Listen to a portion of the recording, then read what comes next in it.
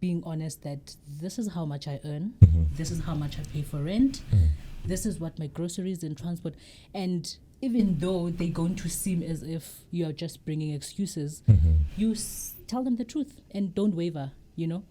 because then that whole thing of trying to be a hero and going to get a loan and buying Christmas clothes and Yes, whatnot, yes. it for me it was honestly just trying to be a hero, Yeah. 9K5 Studio.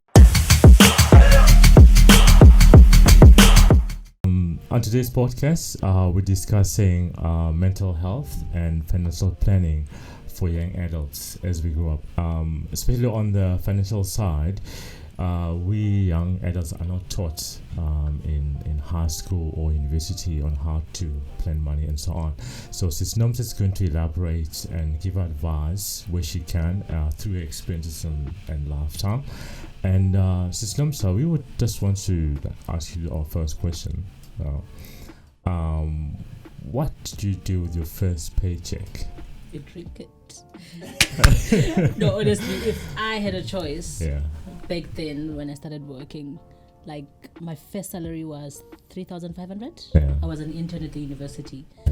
I would have just drank it and bought all the clothes that I want that I can get with the 3.5. And unfortunately, the desires that I had back then and the responsibilities didn't allow. You know, when you tell your parents that you have a job, the first thing they see is like, okay, another income coming into the house. And there's no room for how much is it, first of all? And what is it that you have plans for, you know? So what happened was I started contributing something towards home. And now the expectation is growing from the parents. And by the time I got to even finish the internship, I was already in debt. And remember, this is not a permanent job, you know? So for me, if I were to say, for instance, now go back in time and give myself advice, I would find someone that's an adult, you know, and ask them to give me guidance on what to do. And now this person has to be someone that is financially stable, that is financially wise, and someone that has no expectation or attachment to your income, you know. So then that means they would be able to give you clear advice and not guide you into doing what they want. And also there are financial institutions that actually guide us with these things, you know. And even then they were there, but it's a matter of not researching. And also it's a matter of, you know, how we were taught. You wake up, you go to high school. When you're done high school, you go to varsity. From varsity, you go to work. And then next thing you know, you have to renovate your mother's house, you know, whatever. And you want the car. So it's also having your goals clear, you know.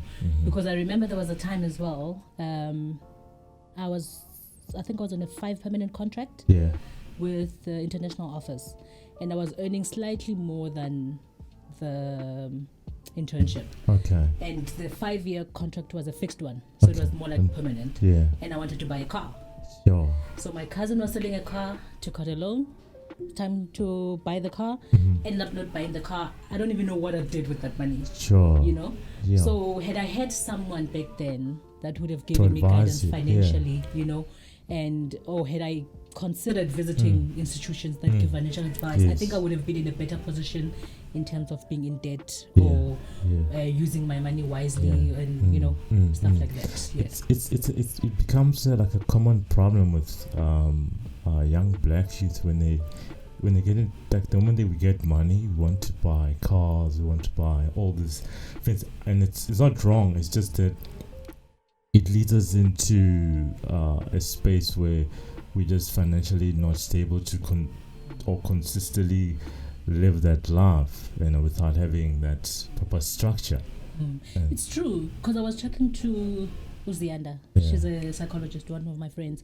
She mentioned that when she started working, she bought a car first month, you know, and she realized later on that had she waited a couple of months, she would have been able to buy the car cash. You know, because then, I mean, if you decide to stay at home for that year that you're starting to work and you save up, you can buy, and you don't have to buy a brand new car. You know, it can be a second-hand car. Because what I'm realizing now, or what I'm trying to teach myself now, is that when I get out of this whole debt dip that I'm in, there's one thing that I'm always going to put forth is convenience and prioritizing. You know, if I don't need it, I can live without it. You know, even in small things. Like on Saturday, I was at Clicks. Yeah. I walk in and I see these artificial nails, and they were like on sale for 60 something rands, you know. Yeah. The moment you see sale, you like, and then I was like, no, remember, just because it's on sale doesn't mean that you need it. Yes, and you're true. thinking, it's just 65 rands. Yeah. Those 65 rands, when they add up at the end of the month, you like, I've spent so much on, you know, On fiddle things. Yes, yeah. And I think you mentioned like black tax. Oh, and I don't know who came up with it, but it's just, you know, the thing that's just daunting. You know, a couple of us youth as we grow. You know, because, you know, the fact that, and that's I, the worst. and I don't blame the parents like for that, you know, because, you know, they've worked so hard to put you into school, and there's so much disadvantage within black communities and black families. So when you come to that point where you are the lucky, you know, or sole breadwinner, or the lucky one to actually go to varsity and get a job, and I think you should actually like own it and take responsibility where you can, you know, and just it's true. provide. That is true. That's now a very special case or scenario, because then you get parents as well that don't lack, like they have everything that they need, but because of the whole black mentality that as a black child you must send, and I'm like, why are you taking care of people that can take care of themselves? Like, for me, it didn't make sense. You know, it seriously doesn't make sense. But also I understand from the point of acknowledging and appreciating and, you know, recognizing that, you know, and also for me it's a matter of from which place does it come off, you know? Does it come from a place of obligation, or is it coming from a place of I want to do it? You know, if I want to do it and I want to surprise you and I want to buy you, like, for instance, if there's my parents just bought a car and I want to put a gate at home, then that would be something I would do with excitement, you know, as opposed to me being told that, okay, sizothenga i-gate, you know, nansi account uzaqala ukubhatala for me. It's like, what? It's really with whose money? You know? Sure.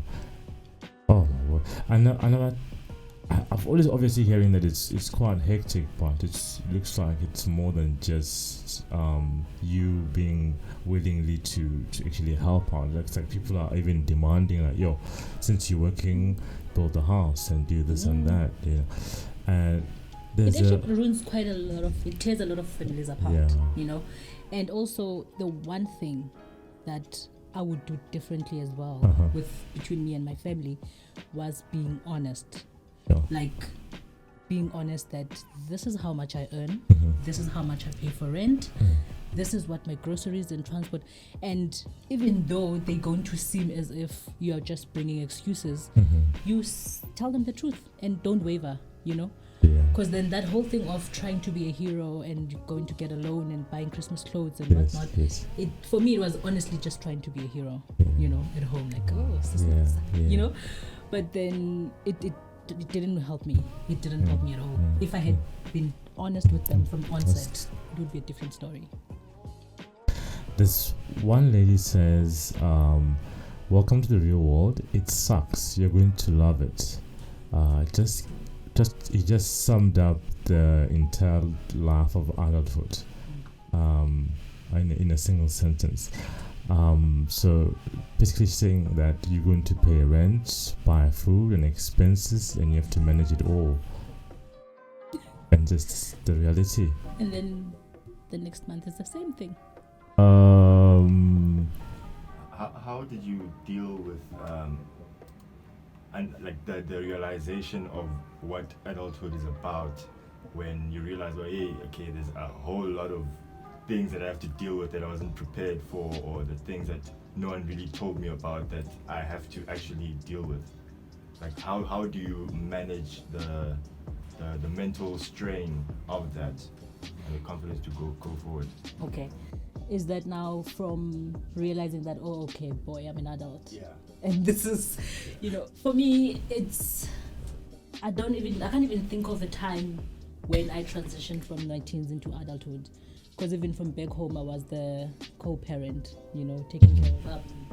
I grew up with 6 siblings, and I was the eldest. So cleaning, cooking, washing their shirts after school, until they get old enough to do it for themselves.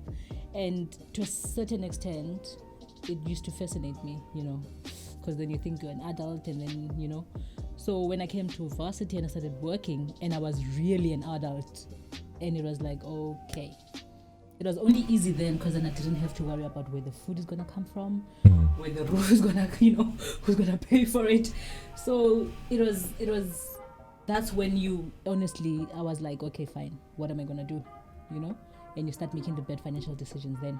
And also you still have friends. Your friends have parents, that support them and whatnot. And then when you go out, they can pay for themselves. So you also want to fit in there, So you'll be like, okay, this month I can do with 500 groceries, 500 rands for groceries. And then I'll use the 500 rands, to go out with the friends. And then when the 15th comes, your groceries is finished because it wasn't enough, you know. So it was not easy, to be honest. It was not easy.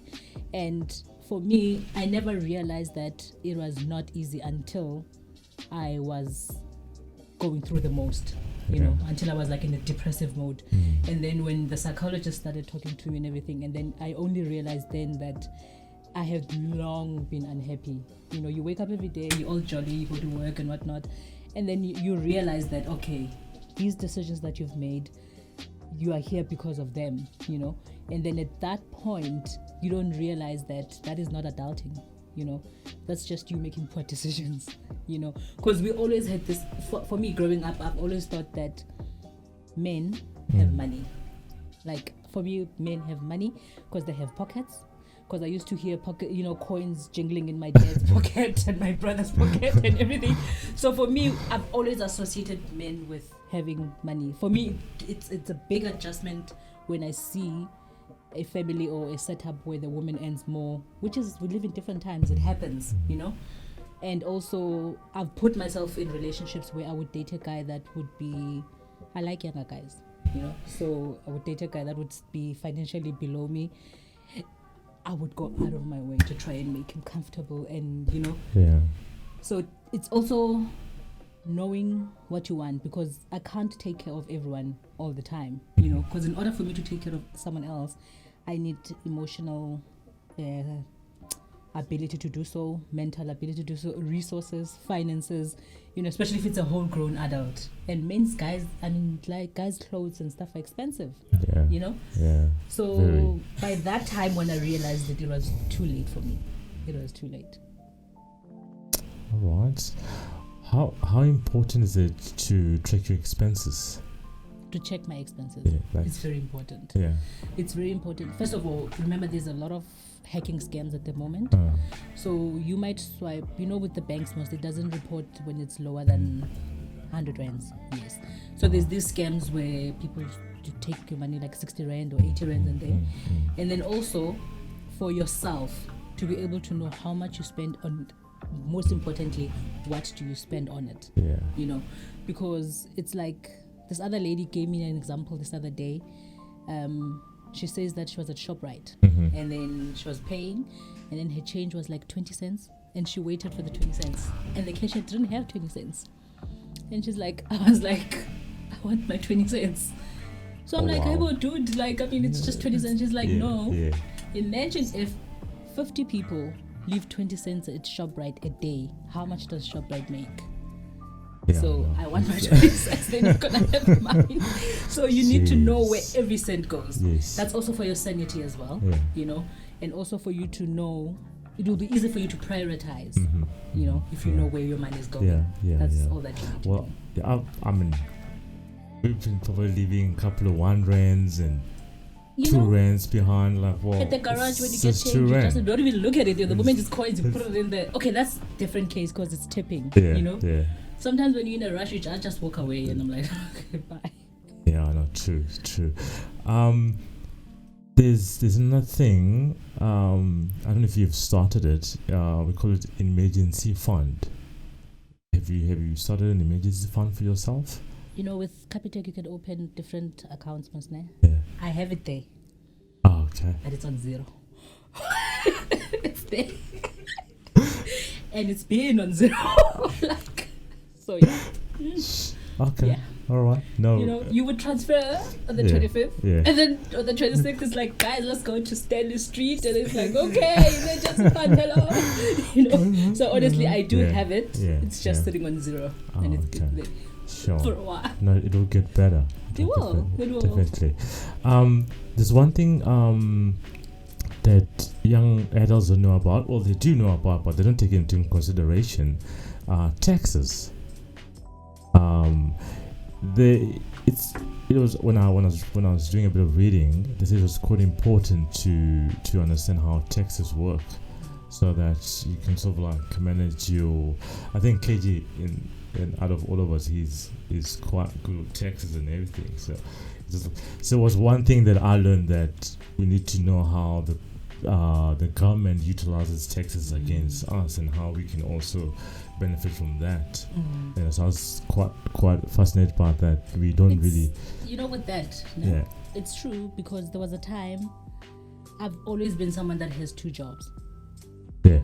So there was a time where I was working for this call center in the weekends and in the evening. Yeah.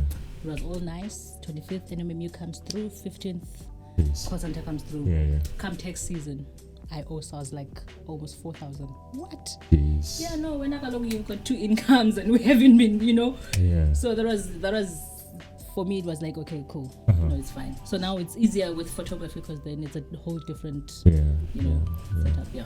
And I also had no clue that would affect me like that. Because had I known, I probably would have just stuck with one job.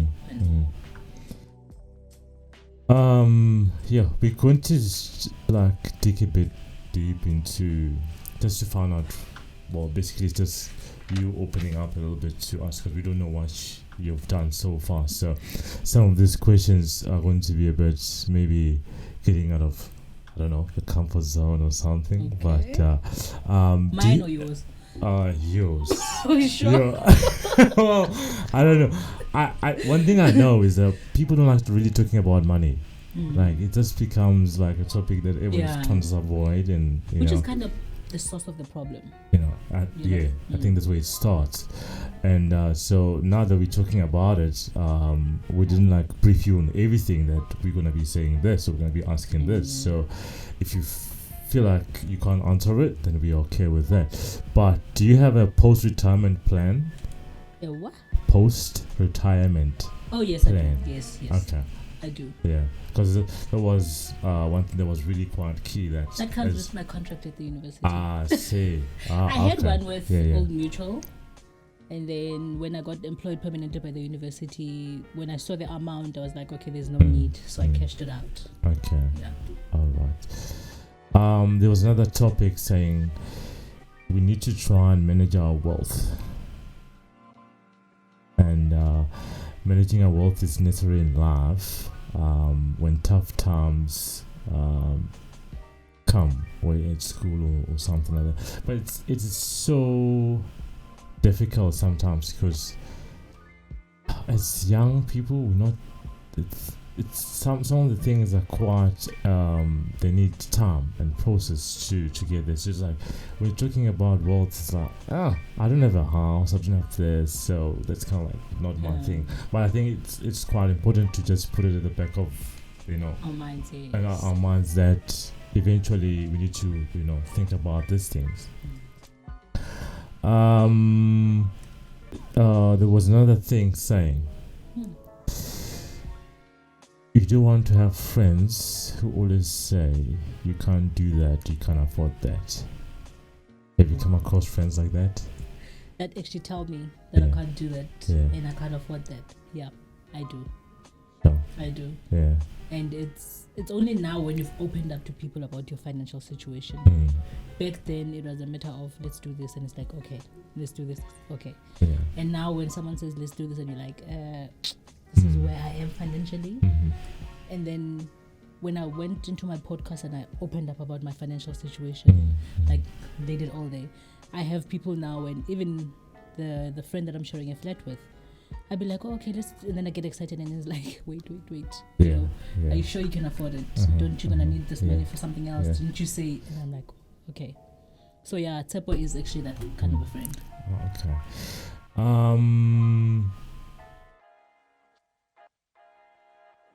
How important is it?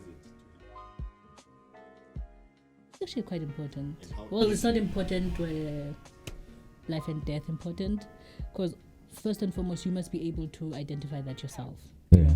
But then I get excited a lot just going into the shop. I hate shopping, but going into tops and I get excited. Yeah. So I do at some point need someone to pull me back and be like, okay, yeah. Oh, okay. How easy was it for you to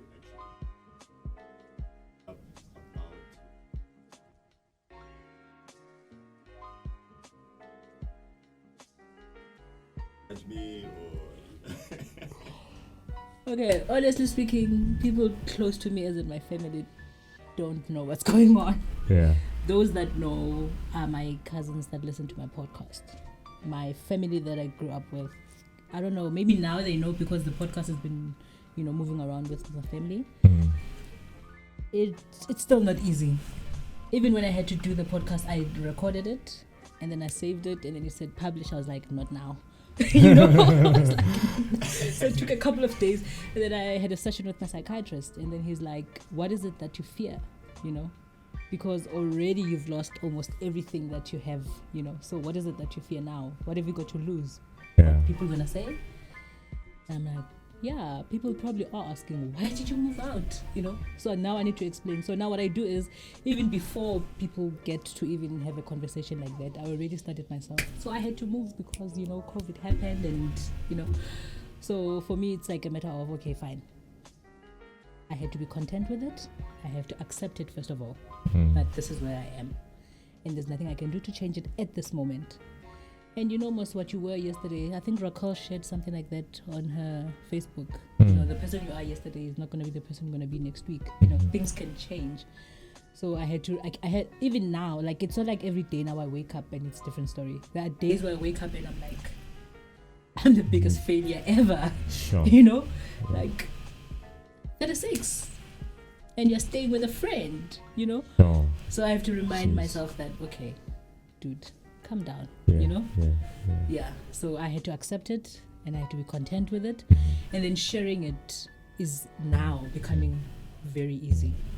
It's becoming a norm. I'm making myself get used to sharing about it. So it's important to basically control your own narrative and get it out there before people start thinking Yes. all the other stuff. And you'd be surprised that people are not even thinking anything because they have their own stuff going problems. on. Yeah. I wanted with the whole thing. I wanted to have like mental health first and then financial planning afterwards. But it kind of like No, but it's good that we have it this because the root of me being diagnosed with depression is mostly because of my financial situation. Okay. Right.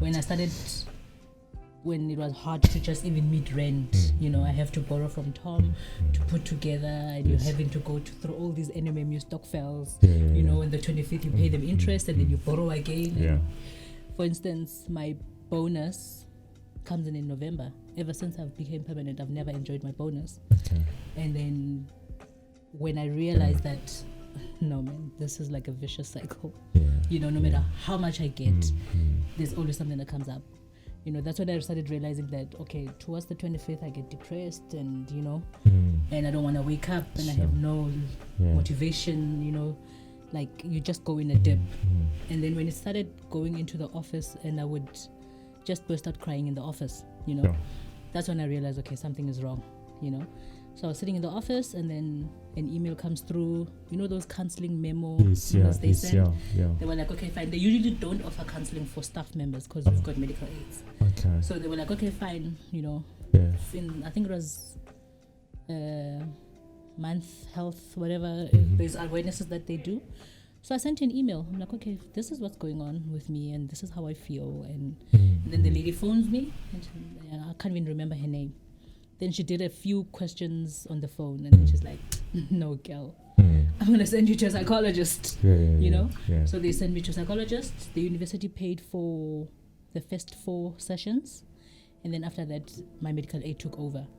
And the very first session, the only thing that I could remember was biggest failure, can't afford, my sister expects, you know? And it's all these things that were centered around money, you know? They were centered around money.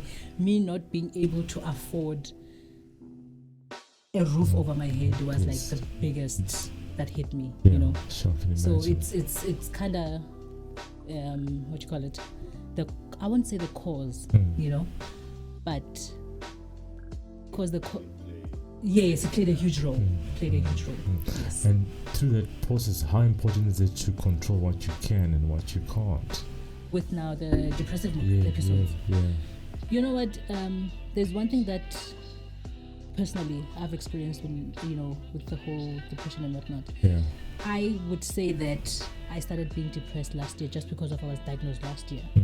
But my therapist's file says that since childhood, you know, because when they ask you questions and you discuss all these things, some other things come up, you know.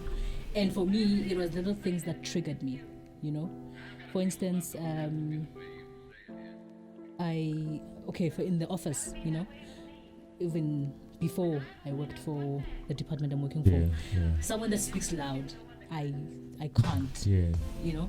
I'm very picky with the tone you use when you talk to me. So if you're gonna come and be all condescending and whatnot, you know, it hits on my insecurities. Then I start feeling like I'm not good enough. I can't do anything.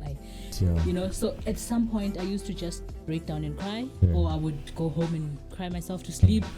And then also with all the grief and all the losses as well, you know, you start feeling like no one wants to be in your life. You know.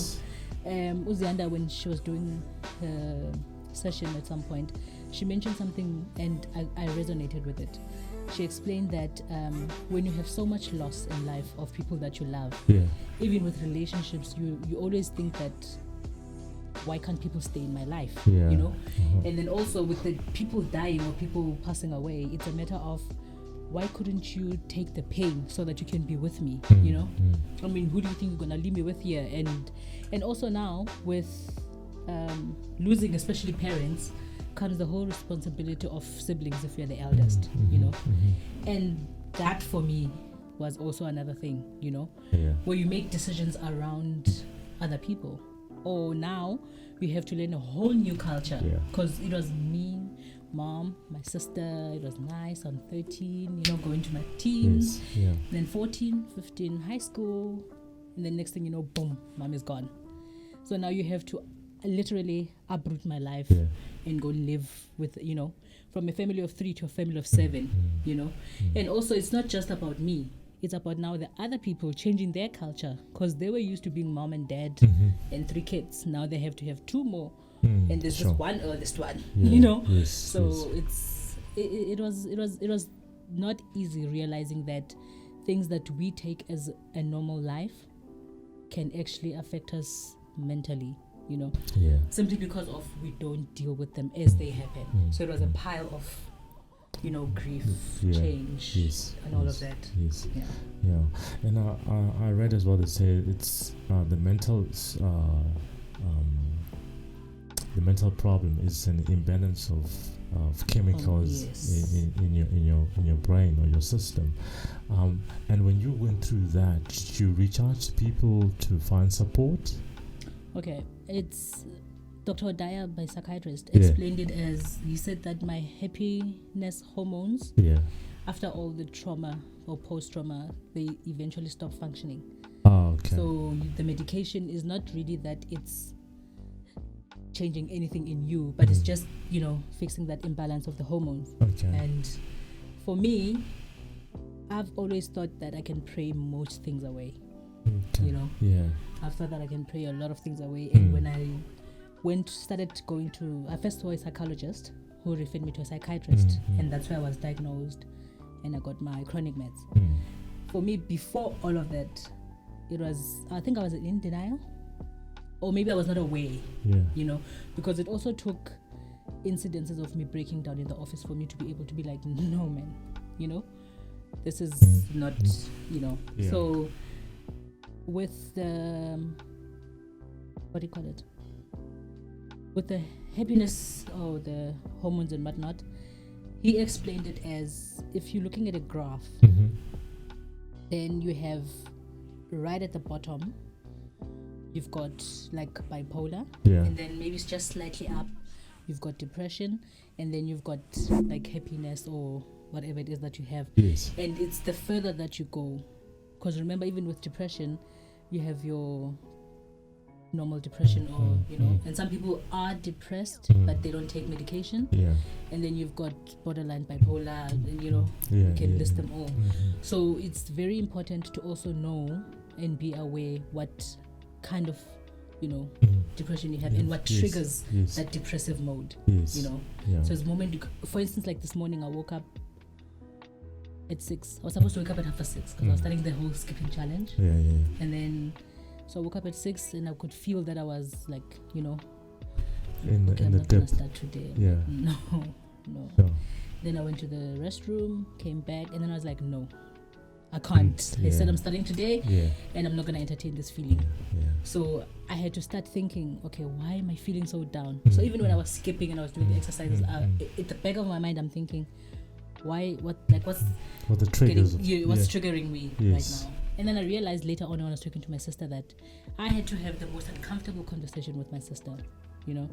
I had to tell her that, okay, fine, now that you know that I don't have a place of my own and I'm staying with a friend, when you come to PE, you can't come to stay for long anymore. And you need to, she's graduating in December. Oh, on congratulations. So you need to start planning your life without saying, I've got a sister in PE, I'll just go stay with my sister. Because I've got my own plans now. 1, I'm staying with a friend, and 2, I want to apply for masters in Ireland, and I want to go teach English in China. Like, I just want to leave South Africa.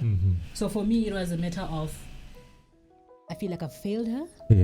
And also it was a matter of, why did I put us? So I had to remember that she's grown now. There's no more us, There's I, there's you, and then we just come together, and so that's So it's from what I hear, it's good to be strict to yourself and tell yourself that no, this is not what I need. Because I was thinking to myself, sometimes I was like, do I have mental issues? And I was like thinking, what do I do? Looking at some of the key points I've been reading. Well, I don't have that. I don't have that. Okay, now I'm safe. It's also very, it's very good to be aware of your emotions. Because you can't every time you're feeling sad, you say you're depressed. That's like now you have to be diagnosed for that. I know people are like, and say frats.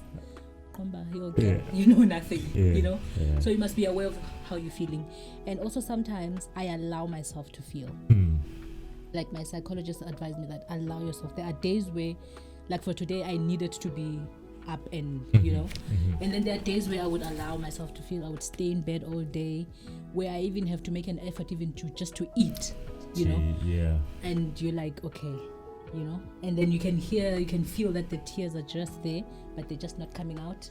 But if it would just blink, so what I would do then is I would allow myself to feel, stay in bed, cry if I have to, listen to music and whatnot, and then if it means I have to binge on some series, I do that.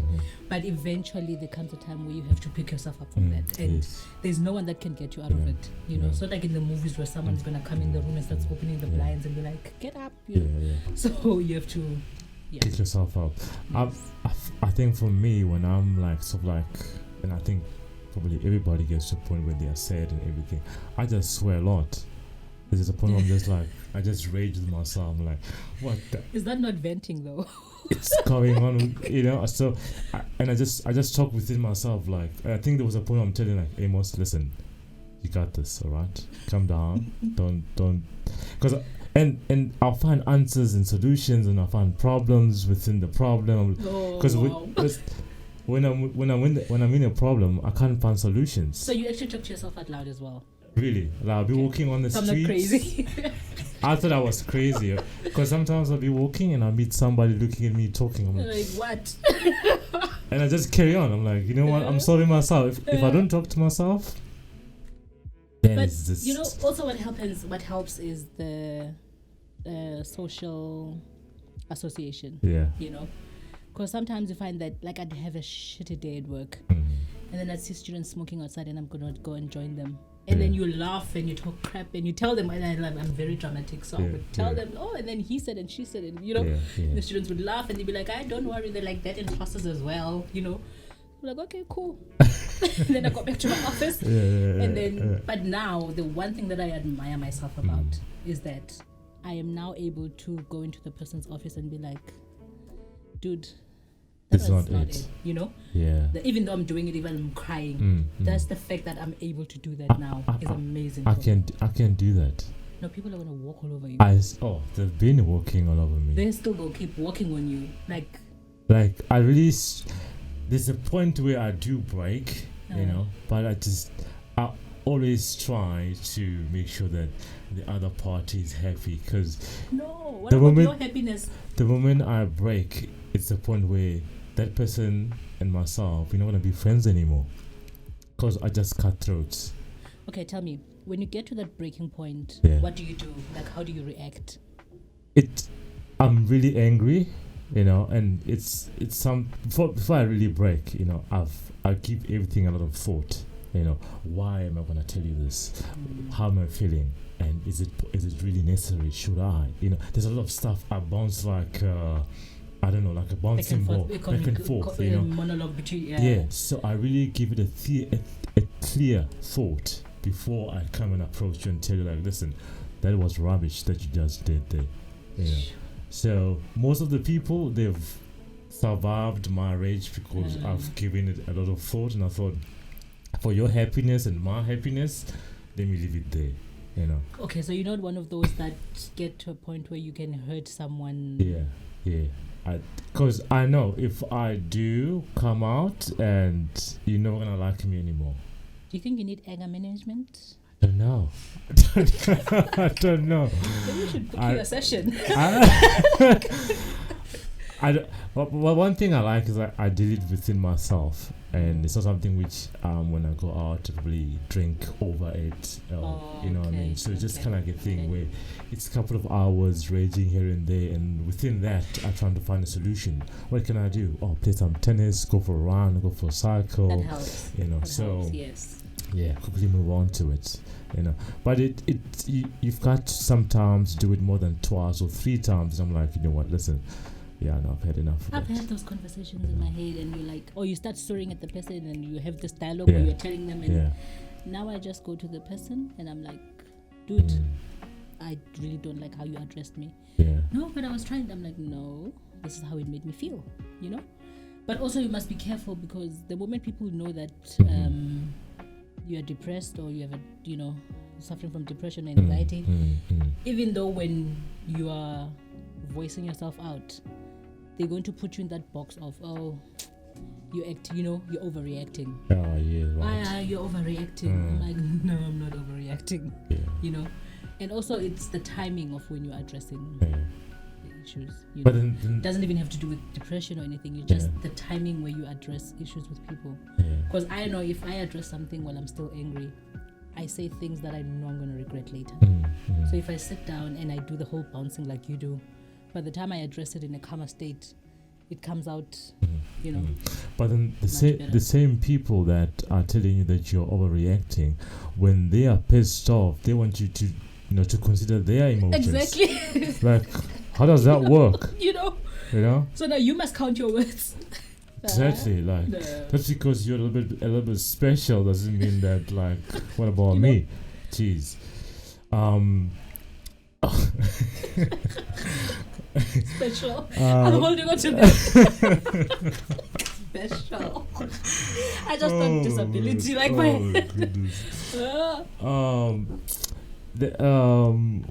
Reading a little bit on mental health, they say talking saves lives. So being able to go out there and tell, I don't know who you tell, but like maybe your parents or somebody somebody older to get advice. I heard that it's quite an important thing to do. In your case, was it also a thing where you're like, I have this problem, and then I need to actually talk to somebody about it? Oh, parents. I don't think even if my parents were alive, I would tell them if I were depressed. I don't know. I'm the kind of person that goes through things alone. Yeah. And I'd have like all my friends know what's going on. Oh, okay. And my family not know. Yes. I don't know. Maybe it's because thing is, remember, I grew up not with my parents, okay. so the relationship was different. Yeah. But maybe if my mom had lived until I'm this old, I would have a different relationship with her. Then I'd be able to tell. Because I've watched people like, oh, my mom, the mother even takes the daughter to a therapy session. I'm talking about a grown, adult daughter. Yes. So for me, it's a matter of, it would really depend on the kind of relationship that I have with that person. And I'm actually quite happy booking sessions with my psychiatrist rather than talking to people. Yeah. Because you find that a person does not listen to you like your psychiatrist would. Yeah. It's either one, they can't wait for you to finish so they can share their side of the pain, or two, they're like, I dude. Yeah. You have to talk about this now. There was another thing that people, one mentioned that they are worried that people don't listen to what they want to say, But then when he or she said that you got to make it an evident thing that this is serious, and then stuff like they cannot pay attention to you. But I guess we're in that world where nobody wants to know about your problems. Exactly. And for me personally, I would rather you keep your problems to someone else than bring them to me. Because when I want to, like for instance with my psychiatrist, now we're at a point where we don't meet as often as we used to. But if something triggers me and I feel like I'm losing hope or quality of life, then I'm like, okay, I'm aware of when I need him and when I don't need him. Now, Amos, I don't come to you. Why are you coming to me? Because sometimes we take these things with us. You want to do something and you're like, okay, Amos needs 100 rand. I have 100 rand, but I need it for transport. But you want to be a hero, and and it's, you think you have it figured. Like, okay, no, I've got this, and then one thing happens and it triggers it. It's like the whole pile of stones comes crumbling down. This mental issue. They say it's like it's a global issue, like a global pandemic in a way, and it happened to somebody that I know quite close, and this person is, from growing up, they're very strong, they're smart and everything, healthy, driven, those kind of kids, and there was a point where. And these things sometimes that way until they actually happen to you, like, I'm actually quite fragile. I'm not that super, True. Superman, whatever it is. And when that thing happened to them, that mental trauma and being the anxiety and everything, and I was shocked. My mouth was open for like a couple of minutes, like, what's going on? Like when you see this person kind of like that fragile state, it really bit you. It bit me really hard. I thought, oof, man. Are they fine now though? Yeah, no, that they're kicking back and well, and it's they pushing strong and they're healthy and all that. So but I never thought it could happen to anybody that I know close. And I understand, because I think I was the year that I was doing my internship, a friend of mine was admitted at Hunter's Creek. Is it Hunter's something? That mental health hospital. Yeah. And she had just told me about a breakup with a many years father of the baby, And for me it was like, you are a girl. Do you like I was judging her. I honestly was judging her until it happened to me, and I was like, wow. Yes. So you realize that chances are, even with your friend, it was not just one thing. It was a whole lot of things. And it's true though, because sometimes you meet people and you're looking at this person and you're thinking, okay, she's strong, she got herself figured out and all, like the Rakhadi, that thing that's been trending now. Yeah. She's a CEO and some hot shot, and Hey, And look at that one small grieving moment is like now it's out the window. settling the world. Yeah. Sure. Do you have any symptoms you can share with people? Like, these are sort of like key things that if this is happening to you, you need to go to a psychiatrist and say, well, can you help me out? Sure. Symptoms. Or they all different. It's not like in flu. It's yeah, not yeah. like- but okay, for me, it would be when I had suicidal thoughts. You know, Okay. and once that I picked up when I was with my psychologist, but didn't take into note before then. It was when I'm feeling demotivated, I'm feeling hopeless, I'm feeling like a failure, Yeah, you know. yeah. And there's that thing where, in order for me to complete my daily tasks, it takes a lot out of me. You know, I always leave things, and it's, for instance, if I were to go and shoot somewhere, I come back the next day, I'd be feeling like someone was beating me up. Yeah, You know, sure. so it's a mental thing, but it also affects your body. You know, so I was not aware then, but once I started, you know, taking treatment and seeing a psychologist and a psychiatrist, I can say those were the symptoms because now they told me. You know. Yeah. So it's a matter of, you know yourself. For instance, you don't really know what happiness is until you're feeling sad, you know. So there's a difference between being sad and being depressed. And as a human being, you should know, because usually sadness comes with something that, you know, causes it. Yeah. There's something else to be, okay, I'm feeling down and, you know, Yeah. lazy today, Yeah. you know, and something totally different to not even want to live, like you just don't want to exist. So Yeah. We wanted to ask you as well, how does perfectionism fail us in,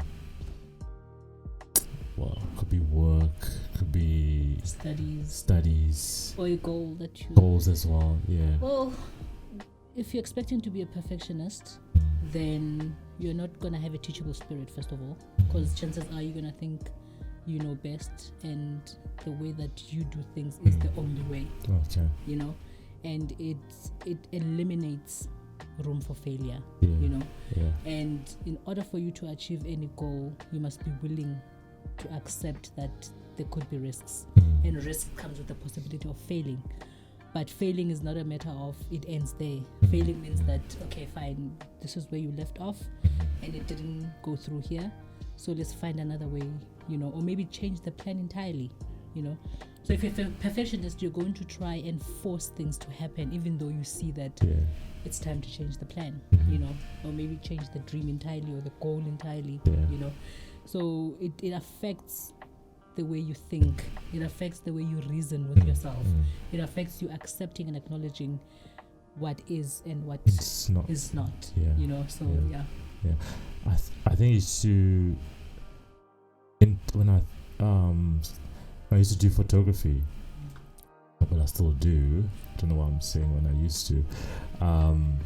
Sometimes getting your work to that power level, it can really kind of like affect the other, because we used to have like obviously do essays and so on. So you spend so much getting this image right, like it needs to be. by the time you get to the writing, you're like, Right. yeah, And then when you go for a crit, the lecture's like, 48, like I spent so many hours on this, you know. right? And editing, and it's like, well, you over edited this, Oh my God, this, there's and such a then thing. there's too much sharpening, and then there's that, and it's like, I'm Ooh, glad I boy. do photography for events because there's no regrets. People just want to post. yeah, You know, Yeah. with okay, also with being a perfectionist, Yeah. for me, it was a matter of I was raised by Utata, the man that raised me, and he was intelligent and he's smart and he's done. So in my head, I started building this person that I thought yeah, the society wants, you know, the whole. And then when it comes to having to admit that, okay, bro, you failed, you beat yourself up about it. Yes. You know, you'd have 12 modules in a year, and then Zianda explained this when she was making an example. She says, like, you are not a failure just by one dot Yeah. that's not working out in your life. Yes. You know? Yes. Because sometimes you find that, like you say, it's the whole editing. Sometimes you find that it's not even that you spend so much time in editing the images. It's just that you're not a strong writer. True. You know? Yeah. And once you accept that, then you know that there's the writing center. Yeah. There's you submitting early so that your lecturer can look at it and give you feedback and be like, fix here. Yes. And there's being honest and open about it. Yeah. I am not a strong writer, Yeah. you know? Yeah. So, for instance, I love writing, you know? So, even when it comes to that, I would still hand it over to other people. Like, for instance, when I was doing my honors, I would submit to Savo, Halita. You know, he would edit it for me. Yeah. And then by the time I get to my supervisor, I look smart. You know? It's like, yes, girl. Looks good. You know, Yes, so, you know, you also have to realize the people that you're dealing with, you know, because you might be a perfectionist and someone else might work smarter and then they would be doing far better than you. Yeah. That is well, it's still kind of pissed me off a little bit when, well, it's this from my point of view. When people judge you by one thing that you're doing bad, you can't write, you don't write well, you can't do this. And it's kind of like, well, in my head, I don't know what, from their side of view, it's like, you can't do anything better. It's like, You know? if I can't ride, means you can't be able to drive, or like there's so many things that Or I you're can. just a shitty person in general. You know, that's also something that people don't understand. Because you might be good at a lot of things. Exactly. But how you treat people, like whenever people, when you say I must, and then people are like, You know, that's not good. like, dude, come on now. Yeah, no, it really. The problem really, with perfectionism is that, for me, in my understanding, is Yeah. that it's people that always have this thing of it's either my way or, you know, and it's people that lack certain qualities of being a leader, like delegation, you know. And even if they do delegate, they give you these crappy jobs, you know, like, okay. One thing that I've been so excited about a couple of, I'd say since this year basically, the new design of school system that Elon Musk is doing. That there's no this thing of just structured of going to school and like the one we currently doing, and he's kind of with like the virtual studies, you know what I mean. So he's going a different route where kids don't have to go study Othello and bloody Shakespeare and all that to understand English and whatever. So he kind of like puts a kid into what they really want to do, and I'm kind of like really up for that, you know. I really like the kind of more variety opening up. Like I like the variety of opening up like the different education system where we don't have to always, you know, stick to one thing. Some of us are not good at, guys. You know. I'm not sure if you grew up in that era where maths and science was like, if you're not doing maths and science, it's like right. And I did maths and science. Yeah, I know and I that almost from high failed school. my matric. Yeah. And I'm thinking I could have done my business, I could have done my geography, but because the expectation was that maths and science, and for instance, for the longest time, I didn't understand why I can't get into university because I had maths and science, because they built up the perception, the teachers in high school, they created this expectation that with maths and science, doesn't matter what marks you have, you just go straight into university. That was like, sorry. What? Yeah. Well, and for those listening, I'm speaking for myself. If you're good at math and science and you're good at other stuff, good for you. So I'm just speaking for myself. Like, listen, I would wish that I didn't have to go through unnecessary, you know, math and science. I could have been in high school knowing very well you that know what I mean? you don't want I could have been something way better. And I'm sure there are other people that they've studied certain things and they're not actually doing what they've studied. You know, they're doing a different trade. I studied PR. So what was the point of doing PR then? Exactly. And now I have an honors in maritime. Okay, with the maritime, I'm going to continue pursuing it because I want to do this master's in the University of Ireland for a year, full scholarship. Then when I come back, you'll see me. I'm going to take over Transnet. We can't wait. You know? We can't wait. But with PR for me, it was like, okay. Yeah. Okay. Mentioning Transnet, if we in the video, hey, what a time to live with our corruptions and system in the country now, right? We have COVID-19, we've got load shedding, we've got corruption. Oh boy! In the midst of a pandemic, Right. All of that, there's still a pandemic. I saw a meme saying level 2 is coming in spring. So it's kind of like, I was like, Oh wow! I saw one where they say they have Julius Malema. Yeah. And then they like, this guy was like fighting for the president to take the country back to level 5. Now because he thinks that he's after the artists. Sure. He's now on level your peers. Yeah. Okay, we're gonna cut that. Oh, Did you see that one where the guy is like, if you're a struggling artist, yeah, please come play for 40 minutes. I'll give you beer and a burger. What? Hey, I saw the artist strike on the N3 in Durban. Tira is there, like, I was like, dude, fight for your money. You have to, because there's no other way. Yeah, why do they must apply for the 350 as well? They're unemployed most. Hey, some of us are still waiting for that money. Why do they think they're special? They must go apply and wait in line like everyone else. I gave up on the 350. You applied? I applied. I waited. I think they told me that I've got a text number. I was like, okay. I guess I'm not getting one, right? It don't work. And when I saw the queues here in Central to get a 350, oh my goodness. No, but it can come into your bank. My sister gets it through her bank. Oh, really? I guess it's those who don't have banks then. Yeah. Sorry. Yeah. And the one thing I saw, mentioning the 350 and money stuff now, I think it's time for us, eventually with time, and I don't mean to be disrespectful, that us black people, we need to get to a point where we start using cell phone banking and so on, to avoid all these lines that we go through, because it's just becoming, and I'm still doing it. I'm getting to a point where I'm like, you know what, this is enough now. I need to do cell phone banking. It's people just so cute for the statement. Yeah. You can email it to yourself. True. Yeah. So eventually, I hope we get there with time and so on. But yeah, our country, so we live in. Yeah. Sis Nomsa, how do you practice emotional first aid? Simple. It's social support. Mm-hmm. It goes back to what you mentioned earlier. Yeah. That you can just find someone that is older, someone that you can go to, and then you talk to them or you explain to them how you're feeling. And also remember, not everyone needs a psychologist or psychiatrist.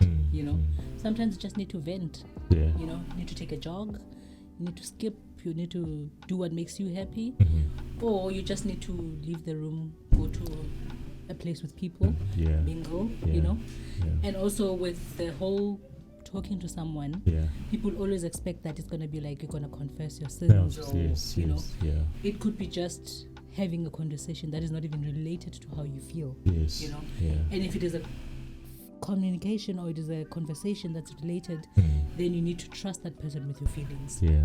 True. So instantly you need to know that, okay, fine, this is what I'm feeling, and this is what I am. Social support is the way to go. I just want to add something to that. The practice of movement, getting out, exercising, also helps with the state of mind to feel better and so on. Taking a walk. Yeah. And I think the one thing that was recommended very much was yoga. Yes, I do quite a lot of it. Even what do you call it? Pilates.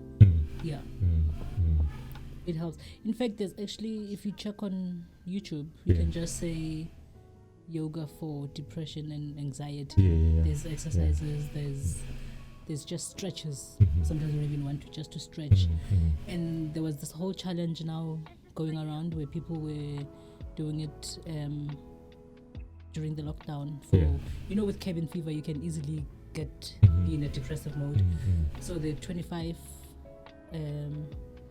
sit-ups you do 25 sit-ups in 25 days, and then you recommend someone, and it was training.